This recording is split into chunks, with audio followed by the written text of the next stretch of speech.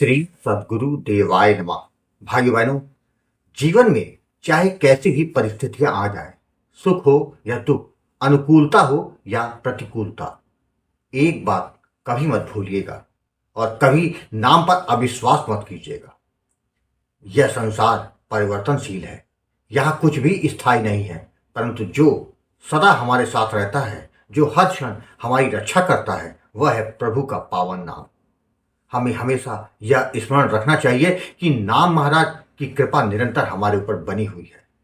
हम भले ही अपनी सीमित बुद्धि से यह ना समझ पाए कि हमारे जीवन पर में क्या क्या और क्यों क्यों घट रहा है, पर प्रभु जो भी करते हैं वह हमारे लिए परम कल्याणकारी होता है।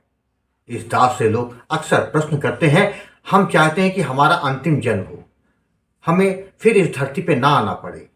क्या हमारी यह कामना पूर्ण हो सकती है? दास का विनम्र उत्तर यही होता है, यदि आपके हृदय के भीतर यह भाव सच्चाई के साथ उत्पन्न हुआ है तो यह आपकी योग्यता नहीं बल्कि प्रभु की असीम कृपा का ही फल है। क्योंकि जब तक जीव संसार के सुखों में उलझा रहता है तब तक उसे जन्म मरण के बंधन से मुक्त होने की कामना ही नहीं होती। यह भाव भी तभी जागृत होता है जब स्वयं प्रभु भीतर से पुकार लगा दे। इसलिए साधक इस भाव के जागृत होते ही पूर्ण शरणागति स्वीकार कर ले। अपने अहंकार, अपने डर, अपनी इच्छाओं को पूर्ण प्रभु के चरणों में समर्पित कर दे और निरंतर नाम जप में लगे रहे। नाम जप कोई साधारण क्रिया नहीं, यह आत्मा और परमात्मा के बीच का सेतु है। यह वही साधन है जो धीरे धीरे हमारे प्रारब्ध को काटता है और मन को निर्मल करता है और अंततः जीव को उसके परम लक्ष्य की ओर ले जाता है। यदि भगवान से कुछ मांगना ही हो तो सांसारिक इच्छाएं मत मांगना, बस इतना ही प्रार्थना करना, हे प्रभु मुझे कभी अपने से दूर मत करना, मुझे ऐसा भाव देना कि मैं तुम्हें कभी ना भूलूं और निरंतर तुम्हारे परम पावन नाम का जप करता रहूं। जब यह प्रार्थना सच्चे हृदय से निकलती है तब प्रभु स्वयं साधक का हाथ थाम लेते हैं। जिस जीवन में नाम बस गया उसका कल्याण तो निश्चित है, फिर उसे इस संसार की कोई शक्ति रोक नहीं सकती। नाम ही आश्रय है, नाम ही शक्ति है और नाम ही अंतिम सत्य है। आज जो कथा यह दास सुनाने जा रहा है वह उड़ीसा से श्रद्धा जी ने भेजी है, जिसे सुनकर नाम के प्रताप को लोग समझ सकेंगे। वही कथा यह दास आज सुनाने जा रहा है। इस कथा को जानने के लिए इस वीडियो को आखिर तक अवश्य देखिएगा। इसके साथ ही यदि आप राधा नाम की महिमा, बांके बिहारी जी की कृपा और वृंदावन से जुड़ी सत्य कथा का आनंद लेना चाहते हैं तो हमारे दूसरे चैनल अच्युत प्रभात तथा भक्त और भगवंत को जरूर देखिए। मेरा नाम श्रद्धा है। मैं उड़ीसा की धरती पर जन्मी एक साधारण परिवार की बेटी हूँ। हमारे छोटे से घर में 4 सदस्य, मेरे माता पिता, मेरी दादी और मैं। सीमित साधन थे पर संस्कारों की कोई कमी नहीं थी। हमारे घर में सुबह की शुरुआत पूजा पाठ से होती थी और दिन का अंत प्रभु के स्मरण से। माँ की आंखों में ममता थी, पिता के चेहरे पर जिम्मेदारी की रेखाएं और दादी माँ के शब्दों में अनुभव का भार। मेरी बड़ी दीदी का विवाह वर्ष 2014 में हो गया था। दीदी के विदा होते ही घर में एक खालीपन सा छा गया। उसके साथ ही धीरे धीरे एक नई चिंता ने जन्म लिया, मेरी शादी। उस समय मैं बहुत छोटी थी, पढ़ाई में लगी थी, अपने सपनों और सेवा भाव में डूबी हुई। लोग कहते थे अभी तो बहुत समय है, लड़की बहुत समझदार है, लेकिन समय कब पंख लगा के उड़ जाता है यह किसी को पता नहीं चलता। मैं पढ़ी लिखी थी, धार्मिक स्वभाव की थी, घर परिवार और माता पिता की सेवा में ही मेरा मन लगता था। मुझे कभी ज्यादा सपने देखने की आदत नहीं रही। मैंने बस यही चाहा, एक साधारण सा जीवन, एक अच्छा जीवन साथी और प्रभु का साथ। वर्ष 2021 में मेरे माता पिता ने मेरे विवाह के लिए रिश्ते देखने शुरू किए। उस समय मेरी उम्र मात्र 22 वर्ष थी। सब कहते थे अभी तो समय है, पर समय बीतता गया। एक साल में केवल 1 या 2 रिश्ते आते। कभी लड़के वालों को मैं पसंद नहीं आती, कभी हमें रिश्ता जचता नहीं। देखते देखते 4 साल बीत गए। मेरी सहेलियां एक एक करके विवाह कर अपने घर बसाने लगी।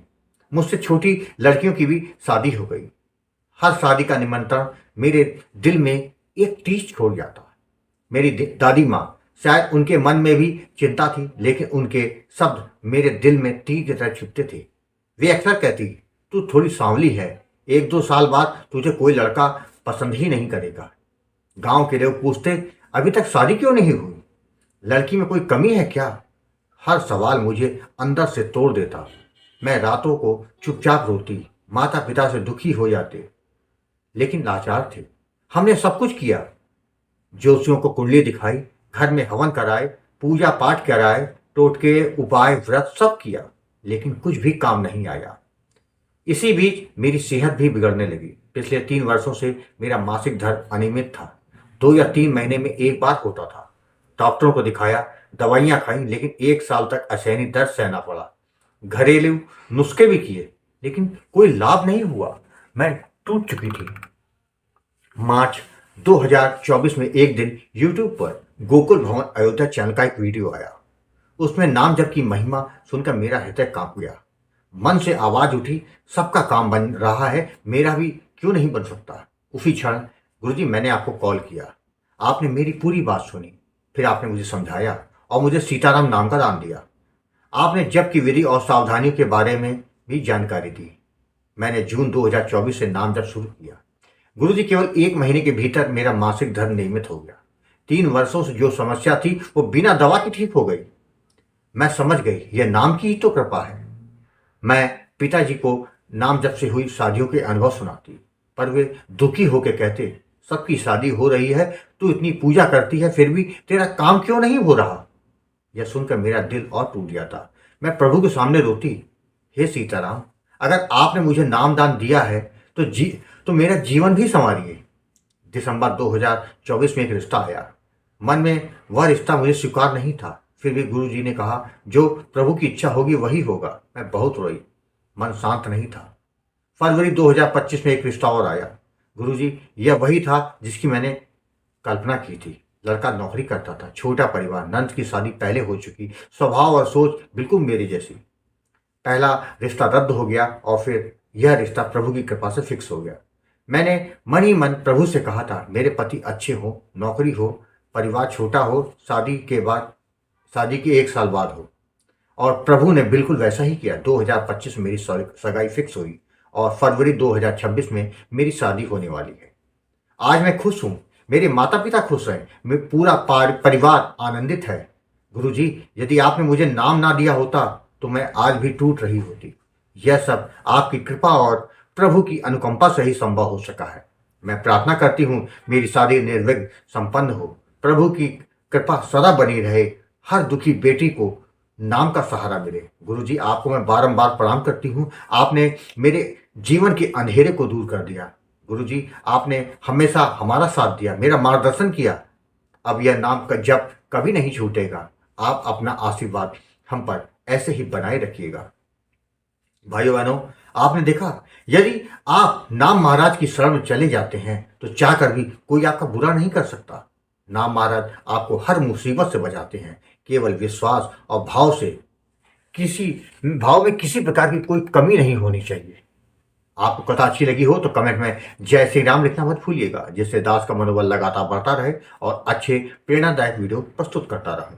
आपसे निवेदन है, यदि आपके पास भी राम नाम का अनुभव हो तो उसको मेरे ईमेल या व्हाट्सएप पे भेज सकते हैं, जिस पर वीडियो बनाकर अपने चैनल में अवश्य प्रस्तुत करूंगा। ईमेल का पता, व्हाट्सएप नंबर वीडियो के डिस्क्रिप्शन में दिए हुए। जय जय सीताराम।